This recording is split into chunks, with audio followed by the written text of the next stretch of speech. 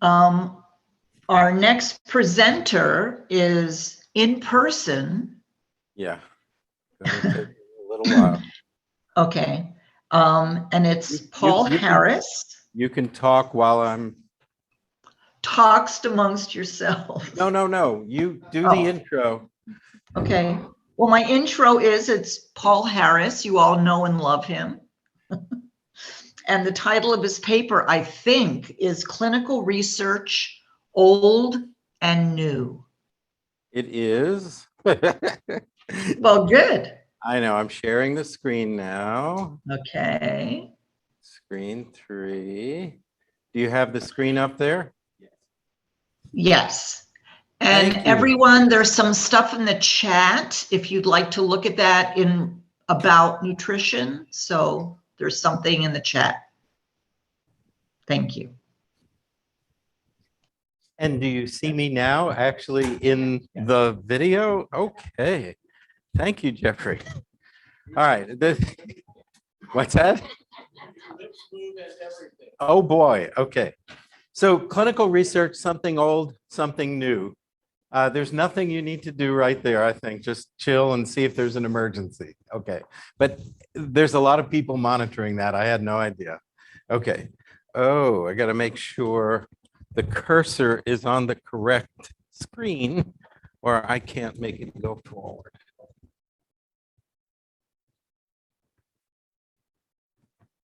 There we go. Okay. I have no conflict of interest to declare. It'd be nice if I did. For something old, there's two pieces here. What I'm going to declare is I love what we do, and the results of this presentation should help get more people to do this wonderful thing we call VT. Okay. On the something new, I've also always loved Jan Erik Haraldseth and his work with VisionBuilder, and I really do want to see both the something old and the something new flourish. Okay. I will share that both of these presentations have a Norwegian connection. The first study was done in Norway.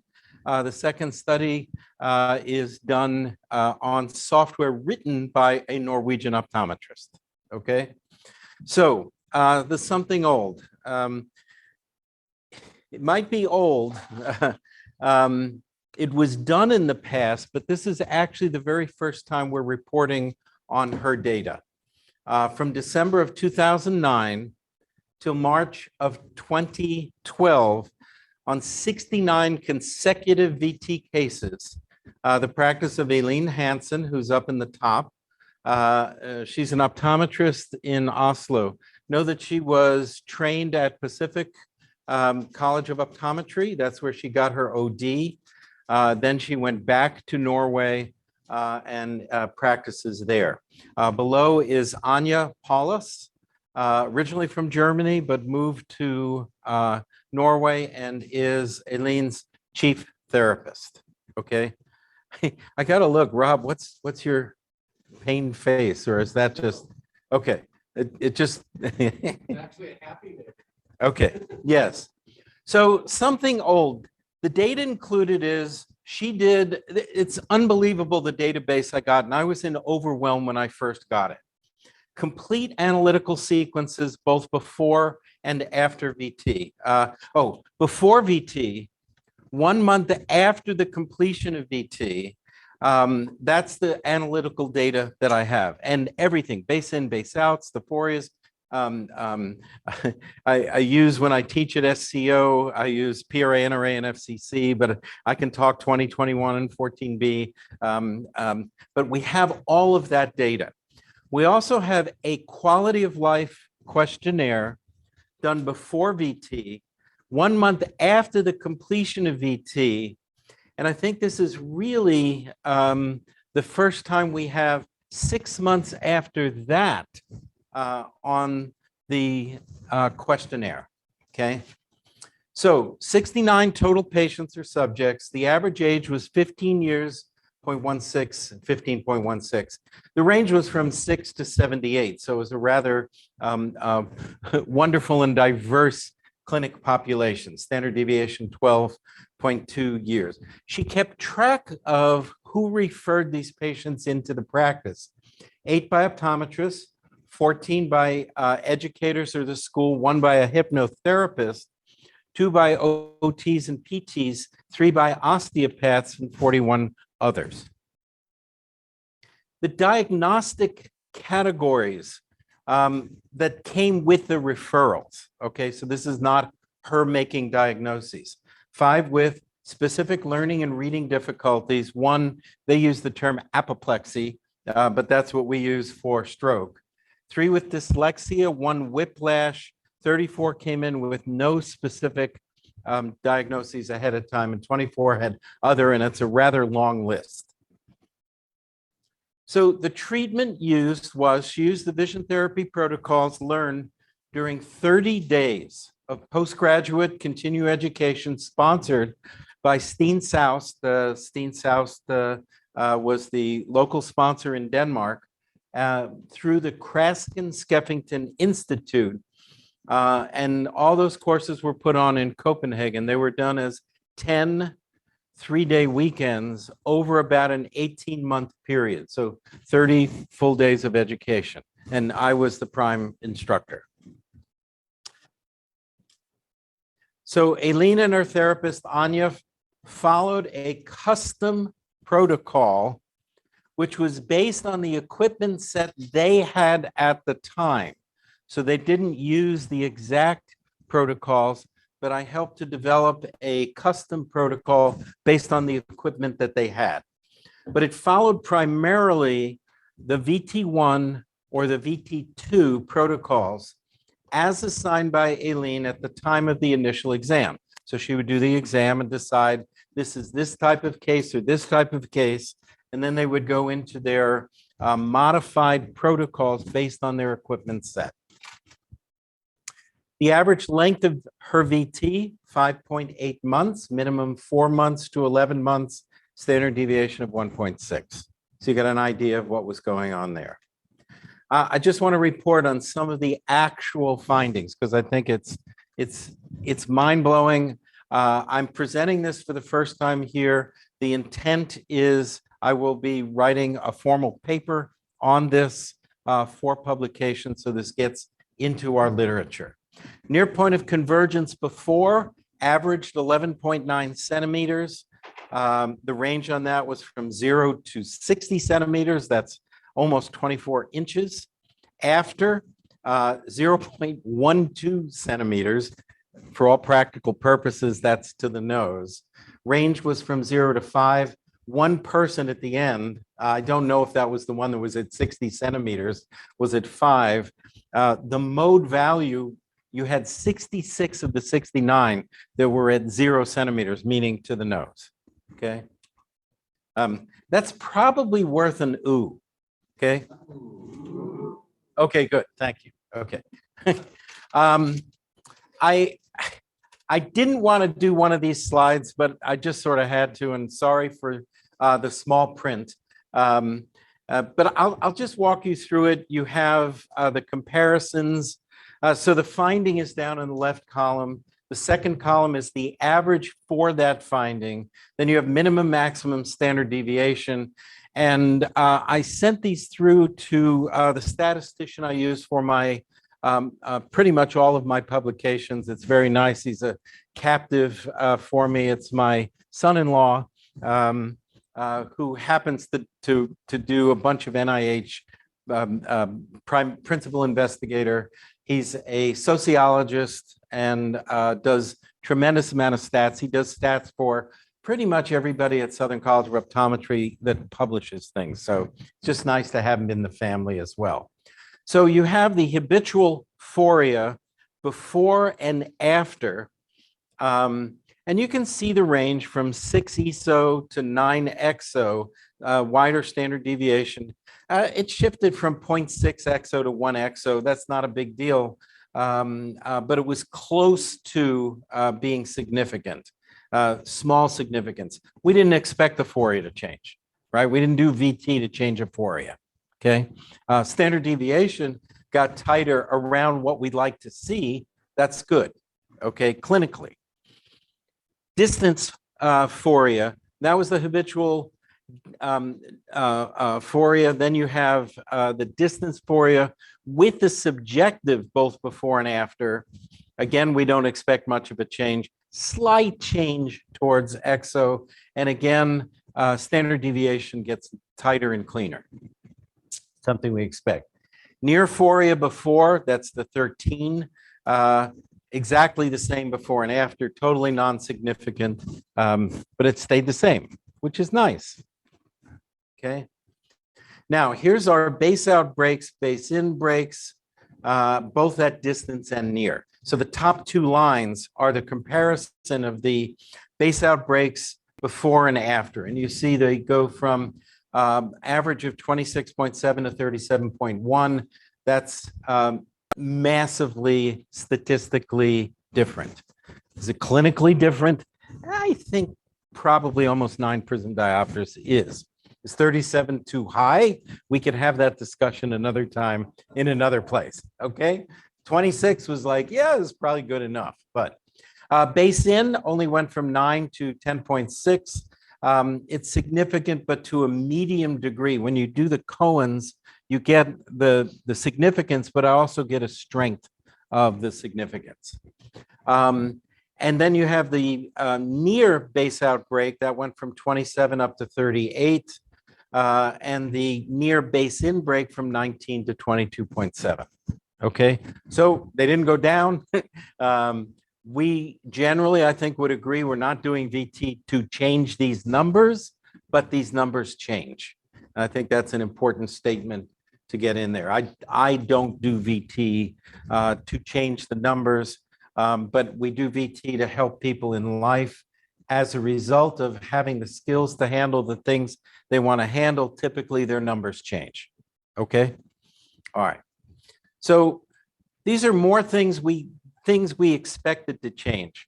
The PRA, positive relative accommodation, I don't think of it as that, but you're 20 and 21, went from about 3/4 of a diopter to just short of 2 diopters. That's a massive change, okay? The NRA from 2.1 to 2.7, that's also very, very significant change. Now, I don't expect you to read this. This is a quality of life checklist. And this is a sort of a little bit of a thing I'm not dealing with, but a question I will have for the audience. Whether at the end you think it'll strengthen the paper to do a correlation on SCO students and our clinic population to see the correlation between her questionnaire and the 19 or the 30.1 that has been used and published greatly in the profession. She made her own because she felt it was more relevant to the Norwegian population. Same 4-point Likert scale, give it a 4 if you have the problem all the time, a 0 if you do not have the problem.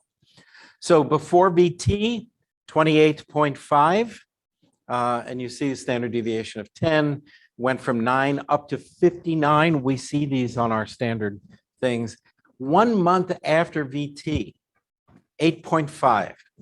I mean, that's just massive, okay? Absolutely massive. And 6 months after VT, after that, 6 months after that one was taken, it's 8.5 to 7.0. Even that difference is significant that it held. Slightly better. I'm not sure I'd trumpet, wow, a lot better. But we all, I think, in this room tend to think, once we've done our VT, if we've done it right, the person actually continues to get better as they use their visual abilities, okay? And I think this is the very first time this has been shown.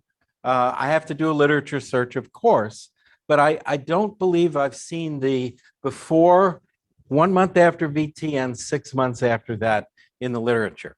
Maybe our residents who are all into this and looking at stuff can correct me. It's your chance.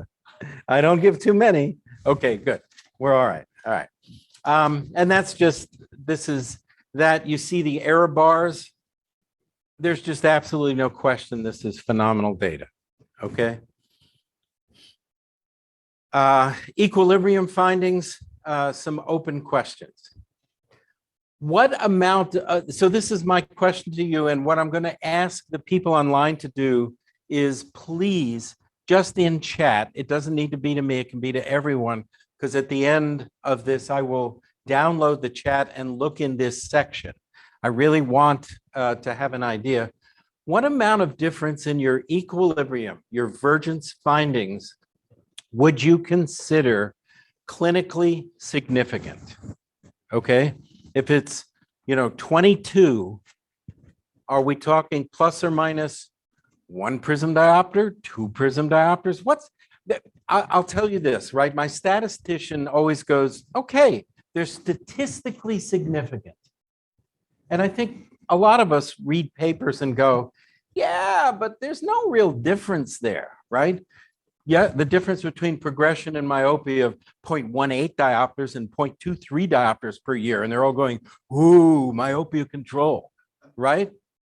Right? And we're all like, are you kidding? They're both a quarter diopter, right? So this, just shout it out. I don't need microphones. I really want input.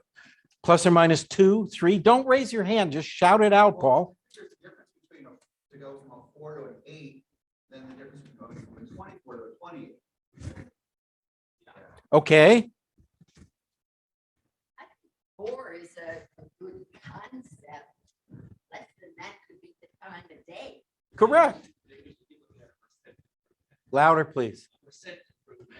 Beautiful. Give me a percent. 25%. That's huge. Okay. But I think we hit huge in here. Caroline, shout it out.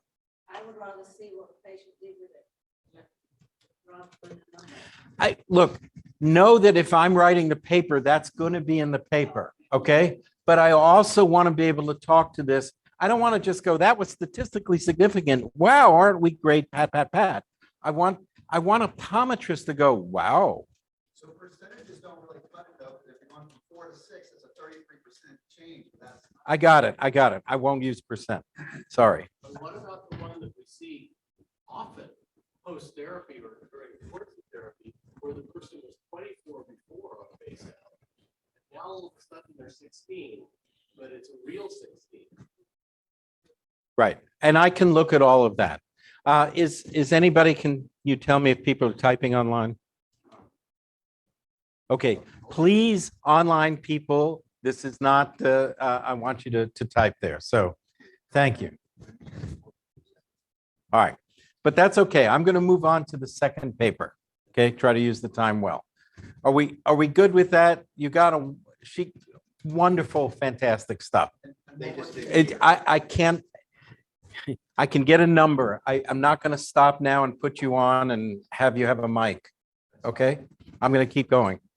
Okay, but you can come back to it. Save the question. All right, so this is paper 2, and this is on the equilibrium findings, some open questions. Okay, so many of you know my father had a device. Yes, and I have it in there that I used to call it the prison reader. Okay, for the residents that don't know, my father was an optometrist, instructor, and faculty member at SUNY, original member of the State University of New York. Their entire clinic system before there ever was a clinic. He was a grad from Columbia University way back in the day. And I'm 3rd generation in my family. My grandfather was an optician. So you had words that came across. It was a guided reader. You had Risley prisms that you could do base in, base outs. You could do all kinds of other things. But he did something interesting with this. He called it an index. Okay. So he would, in his room, and he did this pretty much on every patient that was capable. And I'm proud of my dad for this. He did equilibrium or divergence findings at distance and near interferopter with everybody who was capable. And in the time of day, or the way it was done then, base outs were always done first. Let's not have the discussion of base in first. I'm a faculty member at SCO, and I know all the schools teach base ins first. We can have that discussion, except it's actually something I'm studying here, and we'll report on it, okay? So he would do that in his room. Then he would bring the patient up into the front area, and there was one of these gadgets. And he would ask the staff person, run an index. Here's what the index was. The story was going. The patient had to read the story out loud. While they were reading, they would do base out to break and recovery, base in to break and recovery, okay? And what he was looking for was there a difference in the findings under the load of having to read, sort of a dynamic vergence? Do you all have an understanding of what he was doing? Okay. If they were roughly the same, it was like maybe the load is out there. The prediction was the load of reading isn't really affecting binocularity that much, or back and forth. If it dropped precipitously, the base out break went, say, from 26 to 3 under the load. The base in break went from 12 to 3. I'm just making up numbers. Then he had great concerns and said, I think we should look further, and you're a possible BT case. Okay. All right. So again, he compared these. Yeah, reading out loud. So I also, again, because I'm faculty at the optometry school, it's like I have to stay in line with what they teach when I'm working with my students. But when I work with a patient, I do it the way I've done it my entire career, which is base out first. Okay. So I wanted to do this study. Jan Erik did some programming for me. You're going to see the fruits of it very, very soon. And I said, well, which should we do? The Skeffington analytical sequence does base out first. And I'm not going to give you the, well, 9 comes before 10, comes before 11, or 16 comes, but okay. I'm going to say there are reasons for it, but it's beyond the scope of this little 45-minute segment to get into that. I know that nearly every optometry school on the planet is based in first, right? Residents? Yeah, regardless of where you come from. Base in first, right? And I know the reasons you're taught. We don't have to get into that. So the elephant in the room is really, and everyone knows this, it's the main reason is prism adaptation, right? If I put you in even a little bit of base out prism, very, very quickly, you're going to change your posture, okay? You're going to adapt to it. It's going to do something. It's fast and it's large, and whatever you do after that is going to be affected, right? Everybody? Okay. And we know that base-in prisms, I don't have to be so careful. I can put them on. The effect is, it would take longer, et cetera, et cetera. Is this all for real? So here's what I did. And we're in the process of doing this. This is why I want to get feedback. And we're going to go and do some more. I did for Opta Risley, distance base out first, distance base in first. These are 6 different conditions. Near Risley's, base out first, base in first. Then I did VisionBuilder, and you're going to see it base out first, and VisionBuilder base in first. And the VisionBuilder testing has both a static component and a dynamic reading component. I'm going to show you those. So the order was randomized for each of the subjects. Okay. And the first thing I had to know was, okay, what speed should I move the prisms? Right? Okay. I know all the residents are double checking me. It's like, yeah, I got to know what speed do you move the prisms? And this is one of those, I've got to be careful here. It's a little bit like pornography, right? You know it when you see it. This is a Supreme Court. I'm giving you a Supreme Court thing, right? You know it when you see it, but you can't define it, right? Now I'm looking at Katie. Katie is a teacher. Okay, right. Where am I going with pornography? I'm not. Nowhere. Got it? Okay, but here's the point. Teachers will watch a student and go, that's too fast. That's too slow. But if you ask, how fast should I go? nobody really can say, or they do. So I did a study on this, okay? 15 participants, some of whom are in this room at the CCVC in 2012. I brought up to the room 617, where I do a lot of my research at SCO, and we had video tied up on the phoropter. Now, I lied to the participants, okay? Very good at that, because if I hadn't lied, they probably would have thought about what they were doing. And I said, I want to get your instructional sets, how you explain things to your patients from the moment you finish doing your refraction to you finish with your PRA, NRA. Do you understand? So they just thought I wanted to get there, but I was tied up on the phoropter and I got the actual speeds of what they did. And I reported this, and thanks to Cade Kowalis, who was one of my student researchers, now an OD, practicing in Colorado. And we did a poster for COVD on this. So this is directly from the video, so you get the idea of how close up I was. I'm not going to spend the time. These were the average speeds of movement for the different docs. It was a very interesting paper. I'm not going to recap all that.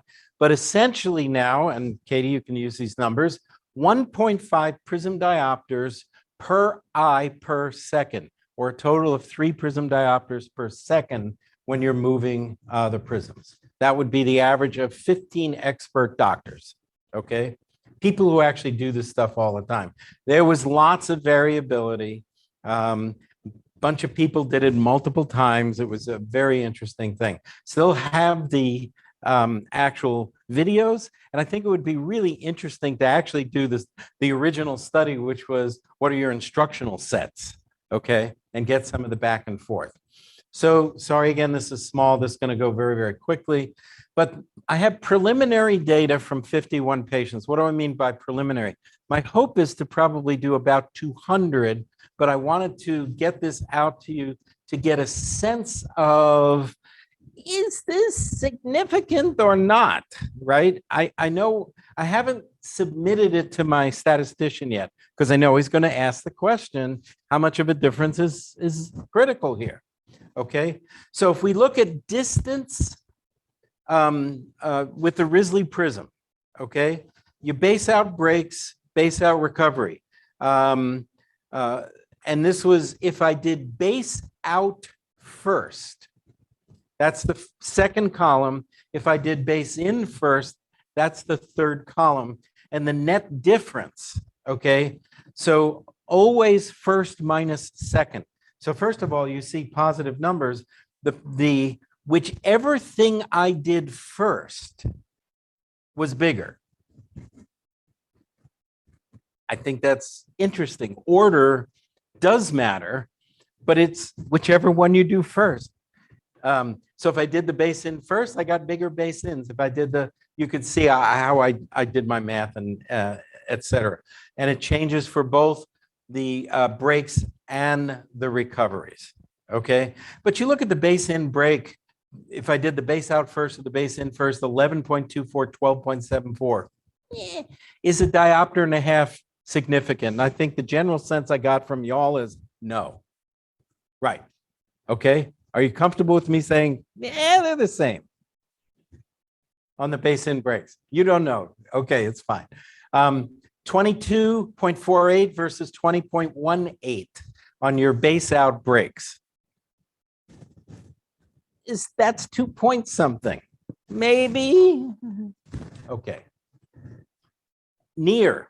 This is, again, with the Risley prisms, base out break. And again, I did it all first minus the second. So you have to go from this one to this one and this one to that one, right? In order to do your math correctly. But again, base out, if we just compare 29.6 to 27.16, I don't think it's that significant. 16.78, yes, the base out recovery was 3.5 diopters bigger if you did the base outs first. Okay. All right. Now, VisionBuilder, This is a program only I have at this point for testing purposes. If you log into VisionBuilder, which is now online, you won't have this, but I have access to this. And he's hoping to make it a pro. I have no financial interest in it, except again, as I said, I'd love to see Jan Erik do well, and I like to see our profession have better tools, okay? So dynamic vergence, I'm not sure if this is a video. Could you? No, I know. There we go. Here comes the video. So you get a chance to see. It's with red, blue glasses. It can all be calibrated. You see the prism numbers in the upper left-hand corner going. Okay. So you hit the space bar when they hit the brake. It goes a little further. As it comes back together, you hit the space bar when they report recovery. It'll come right on through. Just want to give you a sense of what the actual thing looks like. It'll come on through. We're in base in now. And you can change it to, I had him do it so you could do base in first. If you're like, oh, I got to do base in first. That's what my school says. But I do base out first. Okay, and it comes back and you get your test results. Thank you. And this is with the dynamic reading, yes. So you don't have to do it. You don't have to hit the space bar, but you'll get the dynamic reading. Then you hit the space bar. You don't have to. I've already done it. And it'll start. So you have them reading out loud. I just want you to get a sense of what this is.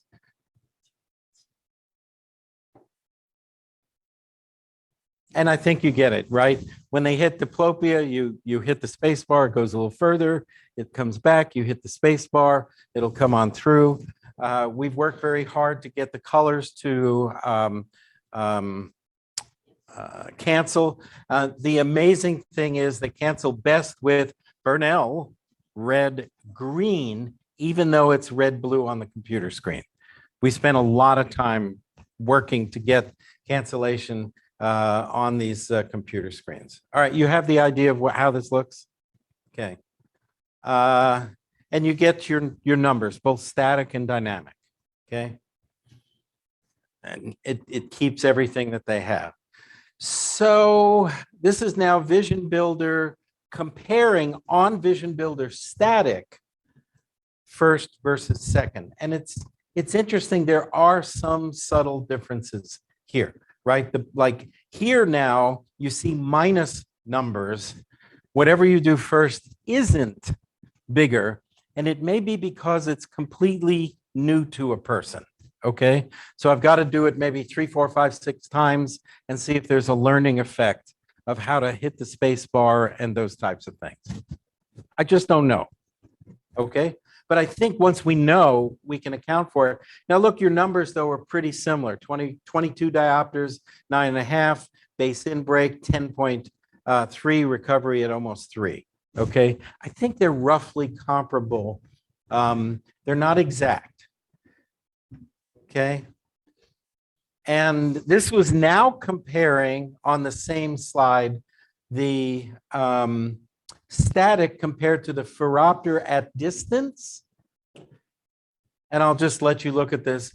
And now this is the dynamic, and we got blown away. The numbers are bigger in the dynamic. I think I know why.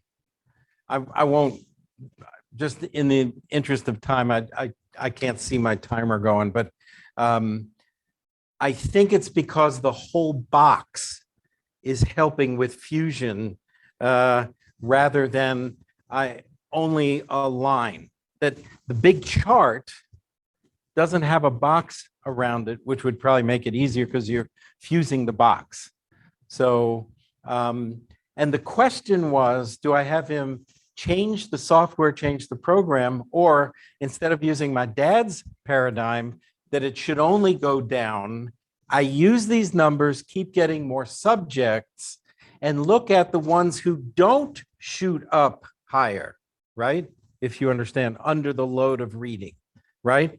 If what we see is relatively universally, people go up by 50%. I'm just making up a number, okay? But we have now the standard deviations are much wider when I finally look at standard deviations.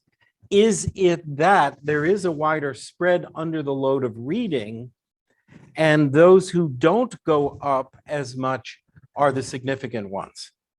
So that's really the sort of the dialogue I wanted to basically put out there. Okay, thank you. All right.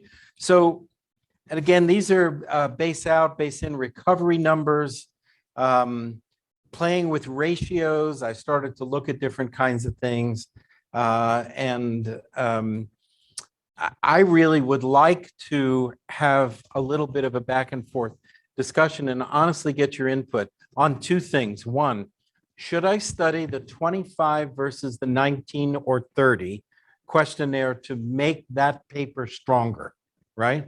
My thought is her numbers are amazing, but people go, yeah, but it's a completely new survey, right? There are elements that are from the COVD quality of life thing. And it feels like I should do a quick study to see, yeah, she did her own thing, but it actually is really close, okay? And I'd like input on, should we change the paradigm of what we're doing with this dynamic, or just keep going with what it is? And I will take questions or suggestions. What's that? Well, I can easily in the room here, now we can just move the microphone around and I can put you on, and the people online, we can switch to them. Nancy, I haven't shown the young lady at the desk that I left there how to change the sound around. But I think, oh, she did it. Oh, Can you hear me? Yes, I left the room. I left the sound in the room just for you to know, set to people outside. So if there are people that have hands up, you can call on them. But you need to grab a microphone. So far, I don't see any hands up, but if we could see the room rather than your presentation right now. So Yes, that I'm coming to turn off the share. All right. Stop the share. Share has been stopped. I'm going to put you at the front of the room so we can actually see.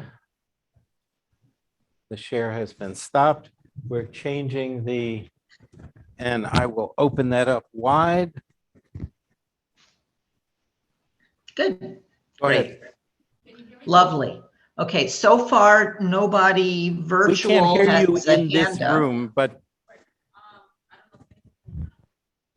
Maria, are you speaking? If so, nobody can hear you.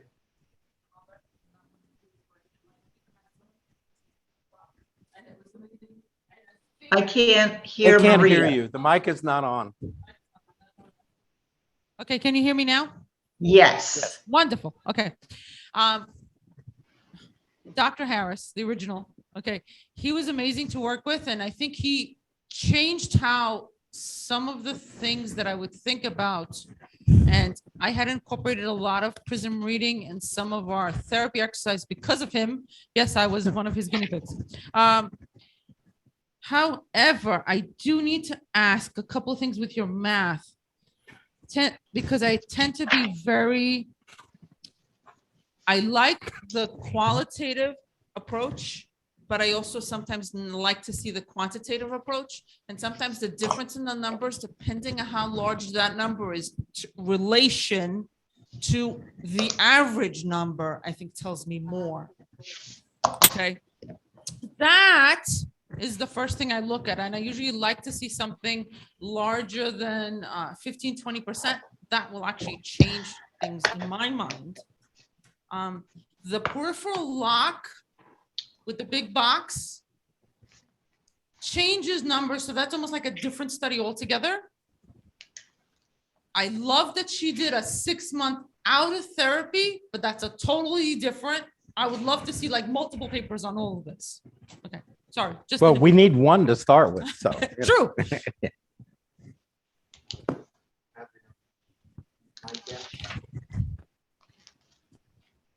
Thank you. Caroline Hurst from the UK. Paula had a couple of questions. The first one was the VisionBuilder, the speed of that movement. Was that equivalent to the 3 prism Why, diopters per 1.5 second? prism diopters per eye per set. Yeah, Was it? That was- I can change the speed, but again, these are parameters we're playing with, but I wanted it to match as closely as possible what experts in the field do. So going back to not Elin's study, the first of yours, of the others, when you did the 15 practitioners, did each practitioner see each subject that you had? No. When I did the speed test on the 15 people, they all did it on the same person, poor lad. Oh, Yes. So the non-variable thing was the patient. I see. Because Okay. I would have been quite interested to see if there were some patients that responded to the base in first and some that preferred the Oh, base out, because then when you look at an average, you don't get that feeling. But if there were some that always, with each examiner, preferred base in or preferred base out first. Okay. So the 15 That would be a different study. different studies, the 15 people to get what the speed was done in 2012. I Okay. remember it. Yeah. And that was a completely separate thing. One person, 15 different examiners. Okay. Now what we have is, I forget the number, 59, 51, whatever, Oh, sorry. new subjects with the same exact tester moving at exactly 1.5 prism diopter per. So the speed is the same. Structural set is the same. Is the same. Okay. But then you have the opportunity to see if some patients prefer to do it one way or another. How would I know that? Because their Because it numbers all- were different, or do I go, Oh, no, should from this point I go, why, which way did you like that? Rate each of the 6 ones on a 1 to 10 scale. Did This you was get bored by the gentle, time this you got was to that last one? savage. No, I'm not putting it down. I'm No, just no, trying I to figure out how to understand. do it. I'm being honest. Yeah. I love That's it. fine. Rob, So no, don't apologize. 100 or so years ago, when I learned this, the significance of the base out first was that it did affect the second finding. And what you cared about was how much effect there was. So that it's really hard looking at average measures of central tendency to come up with a way to quantify that. And I don't know that this is going to answer the base out, base in question, but as I remember check chaining and typing, as much fun as I had doing that, was that the ones that are affected more by the loading in the first place had a different prescriptive mandate. Yeah, but so thank you. Can you kick to the other camera? No, that's a 1, 2 on the red thing. Good. Okay, good. You're a wonderful understudy, and I don't even know your name. You're doing a great job. Okay. So I'm not trying to recreate history. I'm not trying to, well, this is historically accurate with the way. Okay, what I'm trying to do is elucidate and come up with better clinical tools, if you will. Now, I know you know, because we teach this, and Caroline, I know you know, because we teach this together, that we're not bound at all in our modern thinking on what we get from these numbers on a clinical basis. We're not bound by this. Well, if I do this, it makes that one lower, so I better do that one first because I want a higher number. So we're not bound by that at all, because what we're getting from, in essence, the base out breaks is how much stress a person can encounter, deal with, is willing to encounter or deal with before they say no mas. And then we're doing and we don't view these as separate tests. We view them as a single sequence of tests. So we start at 0, go to the base out, We see how much stress a person can handle before they say enough already. And then we immediately come back and we view the base in break as giving us insight into, or a measure, a general sense of how quickly and easily a person can let go of stress and throw it over the shoulder, or as Steen Souse used to say, go back to the don't care way of thinking. I'm back. I've let go of the stress. And I won't speak for you, generally care about how much stress a person can let go from not having been stressed.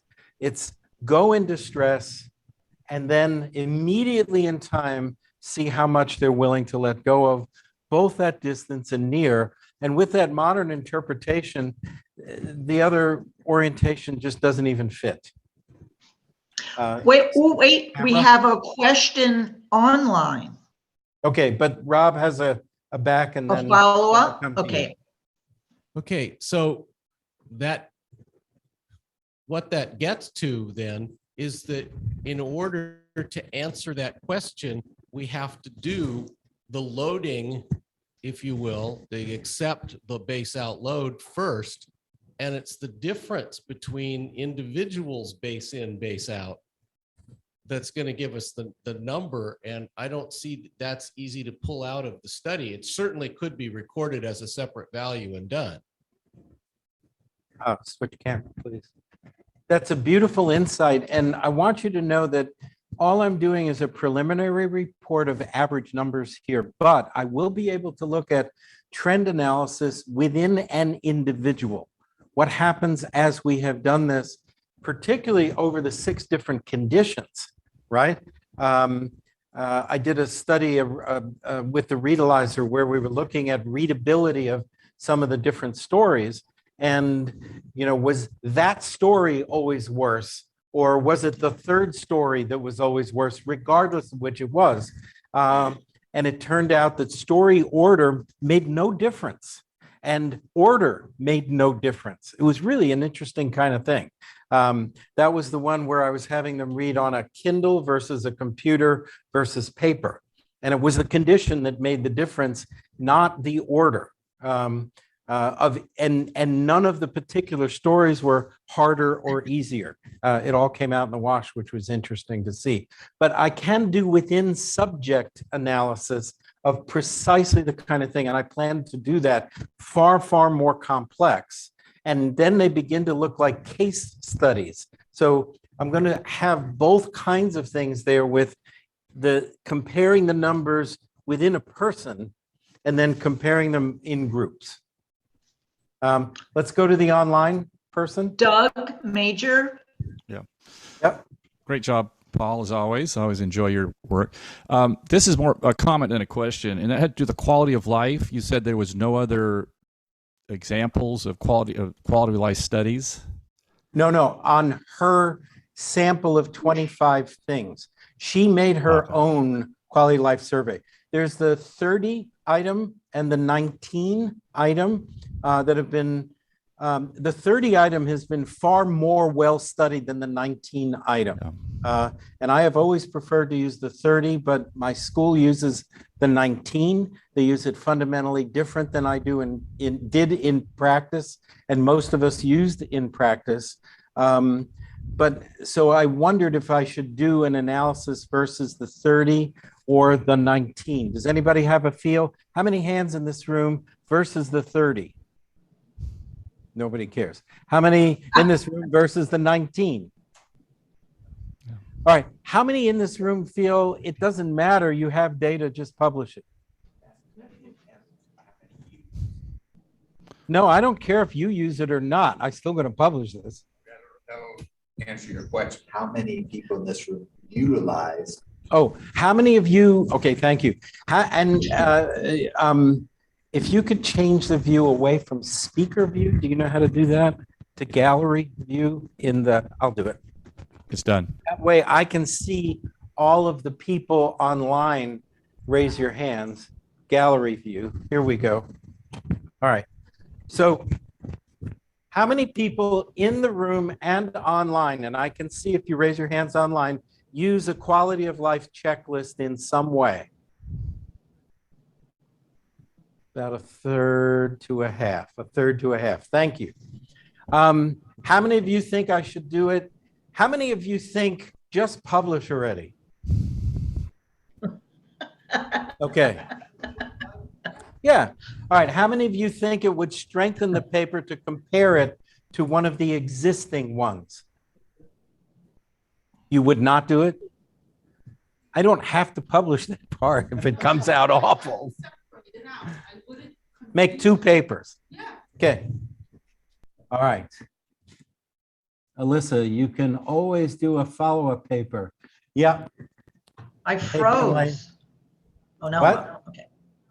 Yeah, and Paul, what I was going to say is, there's a lot of quality of life work with the juvenile delinquency work.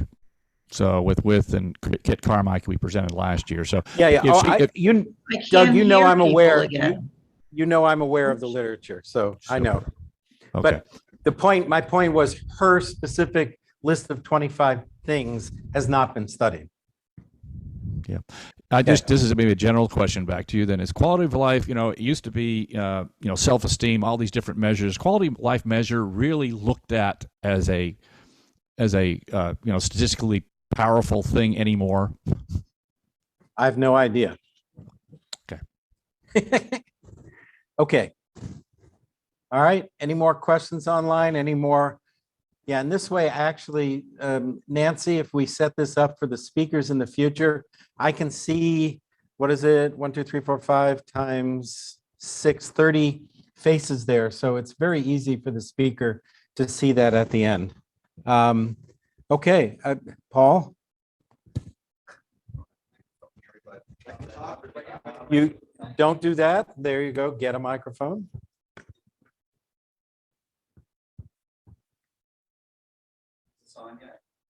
Are you hearing him in Zoom land? No. Now? Yes? No? Yes? Okay. One of the things that I was noticing was in that when you're doing the reading with the vergence, that the moving box, the dynamic reader. I do know. I was looking at that going, wow, there's so much stimulation going on there. So I was thinking all that movement that's going on. We were talking about the magnocellular earlier, and it just makes me wonder, is all that movement going on really helping the vergence? It's not right now for me to explain the why. Okay. I want to have a sense of it. And you couldn't just have I will most likely, first of all, here's what Jan Erik said. Oh my God, it would be an absolute pain in the ass to reprogram that. Okay. So I asked him right away, is it easy? And he said, no. Okay. And then he goes, do you want smaller with the other thing? And I was like, no, because those numbers seem to make sense. I think you all understand the vast majority of optometrists these days don't do any of this. Got it? Do you understand where I'm trying to get back into optometry? If I can make this something that, and again, I have no financial interest in selling VisionBuilder, none whatsoever, except I want to see people use these tools. Okay. If I can get something that's reasonable that could be done in a pre-test area on a calibrated computer screen by staff, at least optometrists are getting some of the data that is part of our heritage and what some of us use. That's part of the goal, because so many people have dropped this. I see your puzzled face. If I go, Glenn knows, if we go to our adult primary care, you don't need to, we go to the adult primary care clinics in our clinics, okay, at Southern College of Optometry. It's very rare for these to be done even at SCO at this point, okay? They're done in our peds, they're done in our teen clinic, they're certainly done in VT, but they're not done on any kind of routine basis. And I'd like to make it easy for us to get back into this. This is not so much for us. This is more a general thing for the profession. That's why you should do it, because when, I don't know if you know the BTS system under Yeah, of course. Okay. There was Sorry, Jeffrey Cooper, way back when, made a VTS system with the Randot stereogram. And that box created movement. So when I was speaking with him one day, I said, you should mask that so you can stop the movement that gets picked up. He said, yes, it would just cost too much. And I'm like, so are you trying to feed into that movement to guide them? And he's like, no, that just happened accidentally. Yeah. But I think anything computerized that you could come up with would only help us. Getting Thank you. Yeah. You welcome. There are things like with his, you almost have to do the edges of Gabor patches and fade out and do this kind of thing. And it's insanely difficult to not have the edges of the boxes help you. Okay. So I think my gut feeling is it is what it is. Let me play with the numbers that are bigger and see if there's anything clinical here. Okay. That's my gut feel. But if there was like red flag, no, I wanted to know that before I kept going down that route. That's all, folks.